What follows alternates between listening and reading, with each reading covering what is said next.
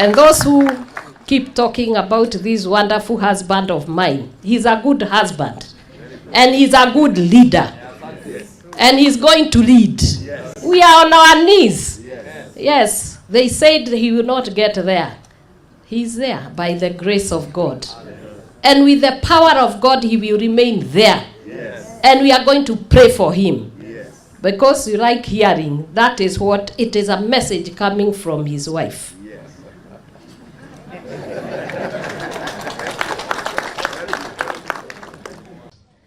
In Exodus 16:35, the Israelites ate manna 40 years until they came to the land that was settled.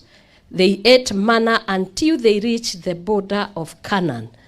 And I'm sure, thĩinĩ wa mĩaka 40 ũkoretwo gĩtungata Ngai thĩinĩ wa kĩgongona. Gũtirĩ ona mũthenya ũmwe Ngai arĩ agũtiganĩria. Ũhetwo mana because gũtirĩ biacara ũkoragwo nayo. God has provided. And God is still providing.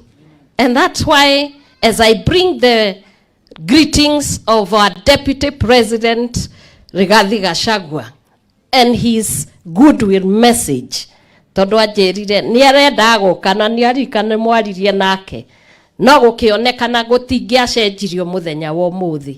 Aranjĩra njũke na ĩmwe kuongerera ĩmwe to ĩmwe. Ũguo mũkĩnyona mũrona Deputy President. And I hope I'm representing him well. And those who keep talking about this wonderful husband of mine, he's a good husband. And he's a good leader. And he's going to lead. We are on our knees. Yes, they said he will not get there. He's there by the grace of God. And with the power of God, he will remain there. And we are going to pray for him. Because you like hearing, that is what, it is a message coming from his wife.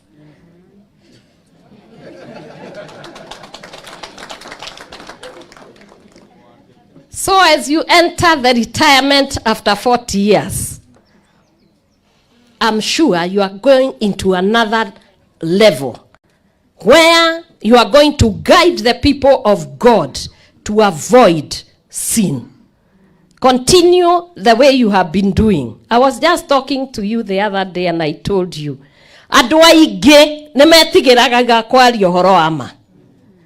Tomothe ngathĩti ekugaga atĩ hĩndĩ ĩrĩa the Deputy President endaga kwĩhitha kiugo ũhoro augaga arauga ũhoro wa ma. Ũhoro wa ma nĩ Ngai. He said, I am the truth, the way and the life. And the truth must be taught to those who want to hear it and those who don't want to hear it. When you are told the truth, it hurts. But one day, that truth comes to redeem you.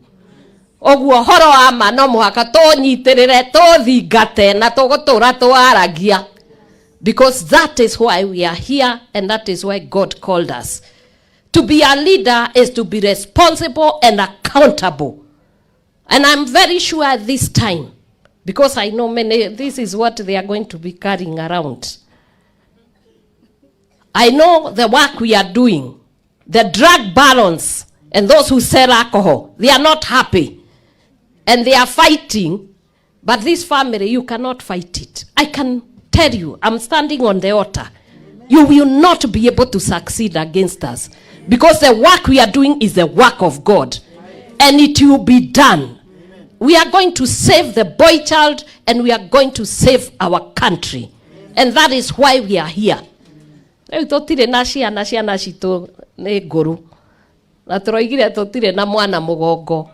are going to fight what must be fought. This beer, this alcohol, vagi, not spirits, we are going to turn them into the Spirit of God. You have seen my sons here. They are changing. And so when you see him being fought, he's talking about coffee, he's talking about tea, he's talking about milk. And all those people, cartels and barons, they have a lot of money. And they want to make him look like he's not the right person. But who has been there that has been talking about what he's doing?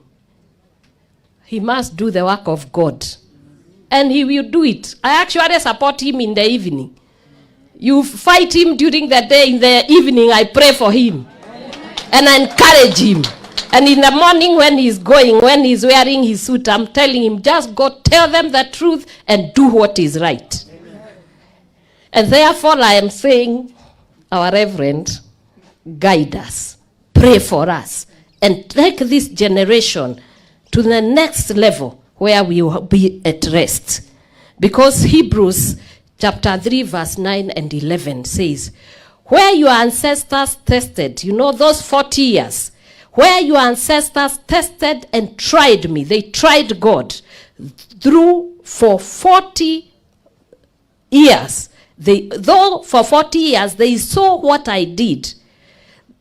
That is why I was angry with that generation. And I said, their hearts are always going astray, and they have not known my ways. So I declared on oath in my anger, they shall never see rest.